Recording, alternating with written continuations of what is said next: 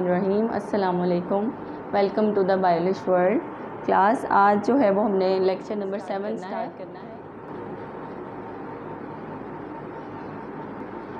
Chapter number 15 है homeostasis.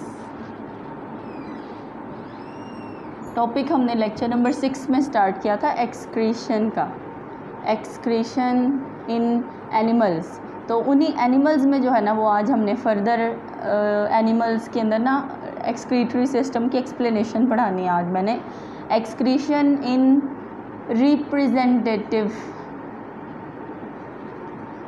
Animals, ऐसे animals जो अपने फाइलम्स को, अपने ग्रुप्स को रिप्रेजेंट करते हैं। जैसा कि एनिमल्स में जो हम सबसे पहला ऑर्गेनिज्म स्टार्ट करने लगे हैं वो है हाइड्रा। हाइड्रा सेकंड ऑर्गेनिज्म है हमारे पास प्लेनेरिया, और थर्ड ऑर्गेनिज्म है हमारे पास अर्थवर्म। ये तीनों जो हैं वो अपने फाइलम्स के रिप्रेजेंटेटिव हैं, रिप्रेजेंट करते हैं अपने फाइलम को। हमने जो है ना वो जब डाइजेस्टिव सिस्टम पढ़ा था फर्स्ट ईयर की बुक में, तो उसमें भी हमने digestion in hydra, digestion in planaria, digestion in earthworm, digestion in cockroach, इन्हीं ऑर्गेनिजम्स को डिस्कस किया था। अगर हमने सर्कुलेटरी सिस्टम पढ़ा है तो वो भी हमने इन्हीं ऑर्गेनिजम्स में पढ़ा है। तो आज हम एक्सक्रीटरी सिस्टम भी इन्हीं ऑर्गेनिजम्स में स्टार्ट करने लगे हैं, क्योंकि ये अपने फाइलम्स के रिप्रेजेंटेटिव हैं और हम इन्हीं से हर सिस्टम जो है ना वो एक्सप्लेन करके समझाते हैं। सो सबसे पहला जो है वो है हाइड्रा। ये फाइलम निडेरिया को रिप्रेजेंट करता है, फाइलम निडेरिया, या इसको हम सीलेंट्रेटा भी कहते हैं। प्लेनेरिया जो है वो फाइलम प्लेटीहेल्मिन्थीस को रिप्रेजेंट करता है, और अर्थवर्म जो है वो फाइलम एनिलिडा को रिप्रेजेंट करता है।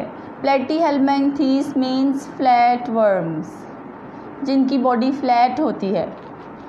एनिलिडा मीन्स सेगमेंटेड वर्म्स, जिनकी बॉडी सेगमेंट्स वाली होती है। मेटामेरिक सेगमेंटेशन, यानी कि बॉडी के बाहर भी आपको सेगमेंट नज़र आएंगे और अंदर तक वो सेगमेंट जो है वो दो चैम्बर्स को एक दूसरे से अलग करते हुए भी नज़र आएंगे। सो ये तीन ऑर्गेनिजम्स जो हैं वो हमारे पास रिप्रेजेंटेटिव्स हैं, जिनमें आज हम एक्सक्रीशन का प्रोसेस स्टार्ट करने लगे हैं। और एक बात बता दूं कि ये तीनों जो हैं वो इनवर्टिब्रेट्स हैं। इनवर्टिब्रेट्स कौन? जिनके पास बैकबोन नहीं होती। उसके अलावा कॉकरोच भी है, इससे नेक्स्ट लेक्चर में इंशाल्लाह हम पढ़ेंगे कॉकरोच की एक्सक्रीशन, तो वो भी इनवर्टिब्रेट्स में शामिल है। फिर उसके बाद इंशाल्लाह ताला हम वर्टिब्रेट स्टार्ट करेंगे और ह्यूमंस का भी एक्सक्रीटरी सिस्टम स्टार्ट करेंगे। सो अभी फ़िलहाल हम हाइड्रा के बारे में देखते हैं। हाइड्रा एक बिल्कुल सिंपल ऑर्गेनिज़म है, सिडेंट्री है, एक जगह पे फिक्स रहता है। इसके पास टेंटिकल्स पाए जाते हैं। टेंटिकल्स के ऊपर जो है ना वो स्पेशल सेल्स पाए जाते हैं, जिन्हें हम निमेटोसिस्ट कहते हैं। उन्हीं निमेटोसिस्ट के ऊपर जो है ना वो एक पिन होती है छोटी सी, जिसे हम नीडोसिल कहते हैं। इसी की बेस पे जो है ना वो इनका नाम जो है वो निडेरिया है, और इनकी वाटर बॉडी की वजह से इनका नाम, इनके अंदर से डाइजेस्टिव गैस्ट्रोवास्कुलर कैविटी की वजह से इनका नाम जो है वो सीलेंट्रेटा है। तो अब जो है ना हाइड्रा एक बहुत सिंपल ऑर्गेनिज़म है। ये डिप्लोब्लास्टिक है, इसके पास 2 लेयर्स पाई जाती हैं। कोई ऑर्गेनाइज्ड सिस्टम्स नहीं हैं, नो ऑर्गेनाइज्ड सिस्टम्स, कोई स्पेशलाइज्ड सिस्टम नहीं है। ये अपनी जनरल सरफेस के थ्रू एक्सक्रीटरी मटेरियल को डिफ्यूजन के थ्रू बॉडी से बाहर निकाल देता है। Diffusion means movement of material from higher towards lower concentration, towards lower concentration. So ये जो है ना सिंपल एक प्रोसेस करता है जिसे हम डिफ्यूजन कहते हैं। इसके पास हमारी तरह का स्पेशलाइज्ड सिस्टम नहीं है, जैसा कि हमारे पास पाया जाता है जी एक्सक्रीशन के लिए किडनीज़, फिर उनसे निकलने वाली 2 tubules, ureters, then urinary bladder, then urethra, और अगर किडनी को फर्दर एक्सप्लेन करें तो उसमें नेफ्रॉन, और अगर नेफ्रॉन को फर्दर एक्सप्लेन करें तो उसके फिर आगे 2 फर्दर पार्ट्स हैं, रेनल ट्यूब्यूल, रेनल कॉर्पसल। फिर उनको भी आगे एक्सप्लेन करें तो फिर उसमें बोमेंस कैप्सूल और ग्लोमेरुलस और descending limb of loop of Henle, ascending limb of loop of Henle, proximal and distal tubules, collecting duct. हमारे पास तो बहुत स्पेशलाइज्ड सिस्टम है, तो इनके पास देखें कोई भी ऑर्गन नहीं है, कोई भी ऑर्गन सिस्टम नहीं है। ये अपनी बॉडी की जनरल सरफेस के थ्रू डिफ्यूजन करके मटेरियल को ज़्यादा मिकदार से कम मिकदार की तरफ एक्सक्रीट आउट कर देते हैं। क्योंकि ये फ्रेश वाटर में रहने वाले ऑर्गेनिजम्स हैं तो ये अपनी बॉडी से ज़्यादातर अमोनिया एक्सक्रीट आउट करते हैं। लेक्चर नंबर 6 में हमने डिस्कस किया था कि जो पानी में रहने वाले, फ्रेश वाटर में रहने वाले ऑर्गेनिजम्स हैं वो अमोनिया एक्सक्रीट आउट करते हैं, बिकॉज अमोनिया एक्सक्रीट आउट करने के लिए 500 मिलीलीटर पानी जो है वो रिक्वायर्ड है फॉर 1 ग्राम ऑफ अमोनिया। तो ज़्यादातर हाइड्रा का जो एक्सक्रीटरी मटेरियल है, नाइट्रोजनस वेस्ट जो है उसका, वो अमोनिया की फॉर्म में निकल जाता है बॉडी से डिफ्यूजन करके। अब सेकंड जो हमारा ग्रुप है जी वो है प्लेटीहेल्मिन्थीस से बिलोंग करने वाला प्लेनेरिया। सो हम जो है वो प्लेनेरिया डिस्कस करेंगे। प्लेनेरिया के पास जो एक्सक्रीटरी सिस्टम पाया जाता है वो एक नेटवर्क है ट्यूब्यूल्स का, नेटवर्क ऑफ ट्यूब्यूल्स। ट्यूब हैं जिनका एक जाल बिछा हुआ है बॉडी के अंदर। अगर हम उसको ड्रॉ करें तो देखें, ये है जी प्लेनेरिया की बॉडी, ये हैं जी उसके आई स्पॉट्स, और ये है जी उसकी ट्यूब्यूल जो कि हमें थ्रू आउट द बॉडी नज़र आएगी। Throughout the periphery of planaria हमें ये बलदार ट्यूब्यूल नज़र आएगी। And this tubule is called as protonephridium. लेकिन इसकी ख़ास बात क्या है, अगर हम इसको अंदर वाली साइड से ट्यूब्यूल्स को देखें सो ये डेड एंड्स हैं। Dead ends means blind ends हैं। ब्लाइंड एंड मीन्स ये क्लोज्ड ट्यूब्यूल्स हैं, closed tubules without internal opening. Body के अंदर की तरफ ये खुली हुई नहीं है, देखेंगे सारी अंदर की तरफ से क्या है, बंद है। और इसके अंदर जो फ्लूइड है सारा वो सिलोमिक फ्लूइड कहलाता है। इसके अंदर प्लेनेरिया की बॉडी में जो फ्लूइड है वो क्या है जी, सिलोमिक फ्लूइड। सो अब ये देखेंगे ट्यूब्यूल जो है वो अंदर की तरफ से तो बंद है। अब मटेरियल जो है वो किस तरह इन ट्यूब्स के अंदर जाए, अंदर से तो वो ब्लाइंड हैं, अंदर से तो इनके डेड एंड्स हैं, ब्लाइंड एंड्स हैं, ये क्लोज हैं, कोई इंटरनल ओपनिंग नहीं है। सो इसकी एक्सप्लेनेशन को समझने के लिए हम इस ट्यूब्यूल को थोड़ा सा बड़ा करके जो है वो देखते हैं। तो अगर हम इसको देखें तो हमारे पास ये देखें, ये मैं इसको बड़ा करने लगी हूँ, ये है जी ट्यूब्यूल और ये है जी इसके ऊपर सेल। ये है जी एक स्पेशलाइज्ड सेल जो कि अंदर की तरफ सारी ट्यूब्यूल की वॉल को बनाते हैं सेल्स ये, और इन सेल्स के पास एक न्यूक्लियस पाया जाता है।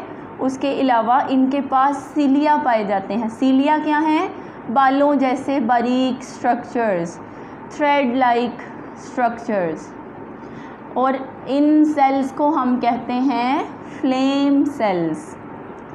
इन सेल्स को हम कहते हैं जी फ्लेम सेल्स। इनका नाम हमने फ्लेम सेल्स क्यों रखा, क्योंकि जैसे मोमबत्ती की जो फ्लेम होती है ना, मोमबत्ती के ऊपर जो आग होती है या लाइटर के ऊपर जो आग होती है, उसको थोड़ी सी हवा लगे ना तो वो फ्लिकर करना शुरू कर देती है, फड़फड़ाना शुरू कर देती है, मूवमेंट करती है। उस मूवमेंट को हम फ्लिकर करना कहते हैं, फ्लिकरिंग मूवमेंट कहते हैं। बिल्कुल इसी तरह ये सीलिया जो हैं, ये सिलोमिक फ्लूइड की मूवमेंट की वजह से जब इस तरह फ्लिकर करते हैं तो बॉडी से फ्लूइड लेते हैं और ये देखें मूव करते हैं और ट्यूब के अंदर, फिर बैकवर्ड जाते हैं, फ्लूइड लेते हैं ट्यूब के अंदर, फिर बैकवर्ड जाते हैं, फ्लूइड लेते हैं ट्यूब के अंदर। देखें नो डाउट ट्यूब की अंदर वाली साइड पे कोई सुराख नहीं है, जिससे कोई पोर नहीं है जिससे फ्लूइड जो है वो ट्यूब के अंदर भेजा जा सके। दैट्स वाई इनके पास ये स्पेशलाइज्ड सेल्स हैं जिन्हें हम फ्लेम सेल्स कहते हैं। ये अंदर की ट्यूब की सारी वॉल को सिंथेसाइज करते हैं और इनके सीलिया जब फ्लिकरिंग मूवमेंट करते हैं तो उनकी मूवमेंट से खुद ब खुद फ्लूइड जो है वो ट्यूब्यूल के अंदर आ जाता है। अब ये मटेरियल जो है वो इन ट्यूब्यूल्स के अंदर एंटर होगा सीलिया की मूवमेंट की वजह से। ये जो हमारे पास फ्लेम सेल्स के पास सीलिया पाए जाते हैं, ये सीलिया जो हैं वो फ्लिकर करते हैं, फड़फड़ाते हैं। इनका नाम ही फ्लेम सेल इस वजह से है क्योंकि इनके पास फ्लिकरिंग फ्लेम की तरह सीलिया हैं। वो सीलिया जो हैं वो मूव करते हैं और मटेरियल को ट्यूब्यूल के अंदर भेज देते हैं, फिर फ्लिकर करते हैं, मूव करते हैं, फ्लूइड को अंदर भेज देते हैं और वो फ्लूइड जो है वो ट्यूब्यूल्स के अंदर आने के बाद एक्सटर्नल ओपनिंग्स इनके पास हैं। मैंने ये कहा कि protonephridium is a network of tubule without internal opening. इनके पास इंटरनल ओपनिंग कोई नहीं है। इंटरनल ओपनिंग की बजाय इनके पास ये सीलिएटेड सेल्स पाए जाते हैं जिन्हें हमने फ्लेम सेल्स कहा है। सो मटेरियल जो है वो ट्यूब्यूल के अंदर आ गया और फिर आगे की साइड से जो है वो कहाँ चला गया, बॉडी से बाहर। किसके थ्रू? नेफ्रीडियोपोर के थ्रू। ये जो छोटे छोटे पोर्स हैं ये ओपनिंग्स हैं, एक्सटर्नल ओपनिंग। इंटरनल ओपनिंग्स नहीं है, एक्सटर्नल ओपनिंग्स हैं जिन्हें हमने नेफ्रीडियोपोर कहा है। सो प्लेनेरिया जो है वो एक फ्रेश वाटर ऑर्गेनिज्म है। सो ये डाइल्यूट यूरिन प्रोड्यूस करता है, जबकि कुछ स्पीशीज़ जो है ना वो फ्लैट वर्म्स की वो पैरासाइटिक भी होती हैं, मतलब वो होस्ट की बॉडी पे रहती हैं और उसको नुकसान पहुंचाती हैं। जैसा कि टेप वर्म एक फ्लैट वर्म है, जैसा कि लिवर फ्लूक एक फ्लैट वर्म है। वो अपने होस्ट की बॉडी में रहता है और वो अपनी होस्ट की बॉडी के साथ आइसोटोनिक है, वो उसी हिसाब से नाइट्रोजनस वेस्ट जो है वो अपनी बॉडी से एक्सक्रीट आउट करता है। सो ये प्लेनेरिया की जो एक्सक्रीशन है वो डाइल्यूट यूरिन की फॉर्म में है जिसमें पानी की क्वांटिटी ज़्यादा है और नाइट्रोजनस वेस्ट की क्वांटिटी कम है। सो प्लेनेरिया के पास जो सिस्टम है वो क्या है? प्रोटोनेफ्रीडियम, जिसके पास इंटरनल ओपनिंग्स नहीं हैं, जिनके पास सिलिएटेड फ्लेम सेल्स पाए जाते हैं। उन्हें हमने फ्लेम सेल्स का नाम इसलिए दिया है क्योंकि वो फ्लिकरिंग फ्लेम की तरह फड़फड़ाते हैं उनके सीलिया और फ्लूइड की मूवमेंट जो है वो ट्यूब के अंदर की तरफ करवाते हैं। सो अब हमारा जो नेक्स्ट ऑर्गेनिज्म है वो बिलोंग करता है फाइलम एनेलिडा से। वो एक सेगमेंटेड वर्म है और इसके पास जो है वो सेगमेंट्स पाए जाते हैं। ये एक सेगमेंटेड वर्म है और ये सेगमेंट्स की फॉर्म में पाया जाता है। इस तरह से ये लंबे लंबे जो हैं वो अर्थवर्म्स होते हैं। अगर हम इसके दो सेगमेंट्स जो हैं वो थोड़े से एनलार्ज करके दिखाएं तो ये देखें हमारे पास ये हैं जी दो सेगमेंट्स जो कि अर्थवर्म के हमने थोड़े से एनलार्ज करके दिखाए हैं। अब जो है ना वो हम इसके अंदर एक्सक्रीटरी सिस्टम की बात करेंगे। एक्सक्रीटरी सिस्टम जो है हमारे पास अर्थवर्म का वो मौजूद है जी पेयर ऑफ मेटानेफ्रीडियम की फॉर्म में। जैसा कि प्लेनेरिया के पास प्रोटोनेफ्रीडियम था, इस तरह अर्थवर्म के पास क्या है? मेटानेफ्रीडियम है। मेटानेफ्रीडियम भी ट्यूब्यूल का एक नेटवर्क है जिसके पास इंटरनल ओपनिंग्स होती हैं। प्लेनेरिया के पास इंटरनल ओपनिंग्स नहीं थी, एक्सटर्नल ओपनिंग्स थी। अर्थवर्म के पास जो है वो इंटरनल ओपनिंग्स भी मौजूद हैं और एक्सटर्नल ओपनिंग्स भी मौजूद हैं। सो अगर हम जो है वो इसके सेगमेंट्स को थोड़ा सा बड़ा करके दिखाएं, थोड़ा सा और बड़ा जो है वो इसे बना लेते हैं ताकि क्लियरली नज़र आ जाए सबको। देखें ये है जी अर्थवर्म, इसके पास ये सेगमेंट्स हैं बॉडी के। ये सेगमेंट्स बॉडी के बाहर भी होते हैं और बॉडी के अंदर तक भी होते हैं। इनमें से हम दो सेगमेंट्स को जो है वो जूम करके एनलार्ज करके दिखा लेते हैं। ये है जी फर्स्ट सेगमेंट और ये है जी सेकंड सेगमेंट। सो इस सेगमेंट के अंदर हम बनाने लगे हैं जी मेटानेफ्रीडियम अ नेटवर्क ऑफ ट्यूब्यूल। ये देखें इस सेगमेंट में मैं बनाने लगी हूँ जी ये नेफ्रोस्टोम है। नेफ्रोस्टोम क्या है? एक पोर है, एक सुराख है जो कि इस सेगमेंट में ओपन हुआ है और इसके ऊपर क्या मौजूद है? सीलिया। सो इसे हम क्या कहेंगे? इट्स अ सीलिएटेड ओपनिंग और इस सीलिएटेड ओपनिंग का क्या नाम है? नेफ्रोस्टोम। ये नेफ्रोस्टोम के आगे जो है वो क्या है, एक गट है, ट्यूब है जो कि थोड़ी मोटी है। फिर उसके बाद ये ट्यूब्यूल क्या हो जाती है, बारीक हो जाती है।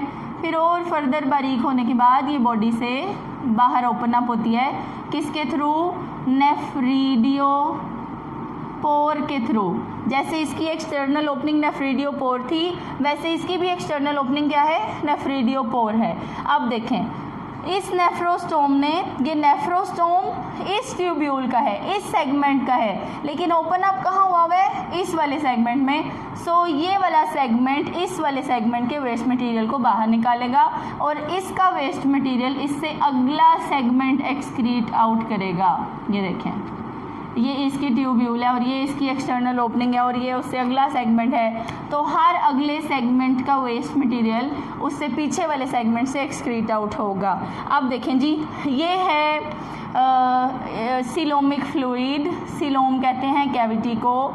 सो अर्थवर्म की बॉडी कैविटी में जो सीलोमिक फ्लूइड पाया जाता है, उस सीलोमिक फ्लूइड में बॉडी का नाइट्रोजनस वेस्ट भी है और उस सीलोमिक फ्लूइड में वाटर भी है, उसमें सॉल्ट्स भी हैं, उसमें मिनरल्स भी हैं, उसमें शुगर्स भी हैं। वो सारा सीलोमिक फ्लूइड जो है ना वो मूव करके किस में चला जाता है जी, इस ट्यूब्यूल में, इस मेटानेफ्रीडियम में चला जाता है। अब जब इसमें से गुजरता है ये, तो होता ये है कि इसके पास तो यूज़फुल चीज़ें भी हैं।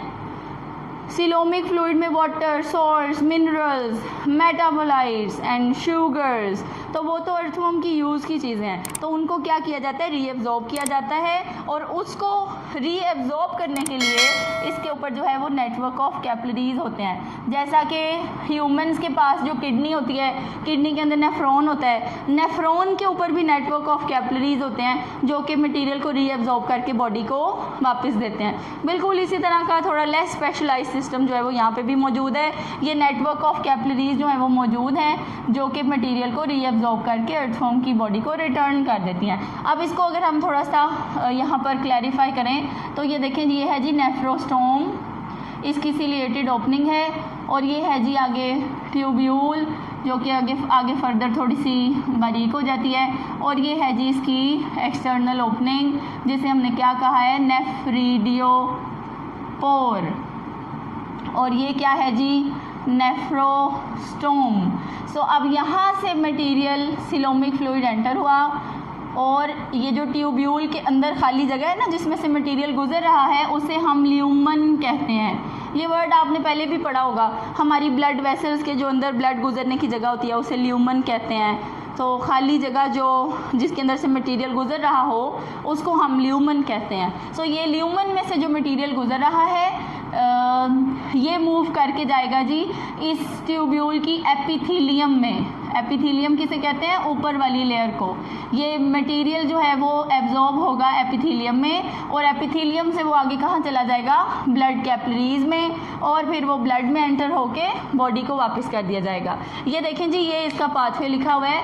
मटेरियल जो है वो ल्यूमन से एंटर होगा एपिथीलियम में, एपिथीलियम से जाएगा ब्लड कैपिलरीज में और ब्लड कैपिलरीज से वो बॉडी को वापस कर दिया जाएगा। सो ये हमारे पास जो है वो अर्थवर्म का एक्सक्रीटरी सिस्टम है, दैट इज़ नोन एज मेटानेफ्रीडियम। और अर्थवर्म के पास पेयर ऑफ मेटानेफ्रीडियम मौजूद है। मेटानेफ्रीडियम के पास इंटरनल ओपनिंग भी है, ciliated internal opening called nephrostome, and external opening भी मौजूद है जिसे हम नेफ्रीडियोपोर कहते हैं। सेगमेंट जो है वो अगले वाले सेगमेंट का सिलोमिक फ्लूइड लेके उसमें से फिर वेस्ट मटेरियल जो है वो बॉडी से रिमूव कर देता है। इसी तरह जो है वो फिर साथ वाले सारे सेगमेंट्स जो हैं वो एक्सक्रीशन करते हैं।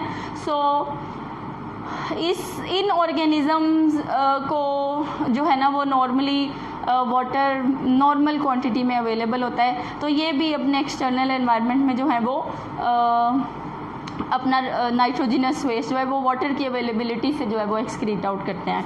सो इससे नेक्स्ट जो ऑर्गेनिज्म है वो भी इन्वर्टिब्रेट है, दैट इज़ कॉकरोच। वो इंशाल्लाह ताला हम लेक्चर नंबर 8 में डिस्कस करेंगे। सो आप फर्दर लेक्चर्स के लिए चैनल को सब्सक्राइब करें और आप बुक से भी देख लें कि आपने क्या याद करना है। सो बुक पे जो है वो आप देखें, पेज नंबर है जी 8। पेज नंबर 8 पे है जी excretion in representative animals. First है हाइड्रा, बस 2 लाइंस लिखी हुई हैं। और फिर है जी प्लेनेरिया को आपने लॉन्ग क्वेश्चन के लिए याद करना है और साथ आपने इसकी डायग्राम भी देखनी है। हाँ, अगर इसमें से आपने शॉर्ट क्वेश्चन याद करने हैं तो वो एक फ्लेम सेल्स होंगे। फ्लेम सेल्स क्या हैं और फ्लेम सेल्स को फ्लेम सेल्स क्यों कहते हैं, और एक प्रोटोनेफ्रीडियम होगा कि protonephridium is a network of close tubules without internal openings. और उसके बाद अर्थवर्म को भी आप लॉन्ग के लिए याद करें, और अगर आपने इसमें से शॉर्ट याद करना है तो फिर आप मेटानेफ्रीडियम याद करें। और बाकी आपने इसकी भी डायग्राम सीखनी है, क्योंकि जब आपको लॉन्ग आएगा 4 मार्क्स का ये, तो आप इसकी 2 मार्क्स की थ्योरी के साथ 2 मार्क्स की डायग्राम भी बनाएंगे। सो ये आपने जो है ना वो लर्न कर लेना है। अल्लाह हाफिज़।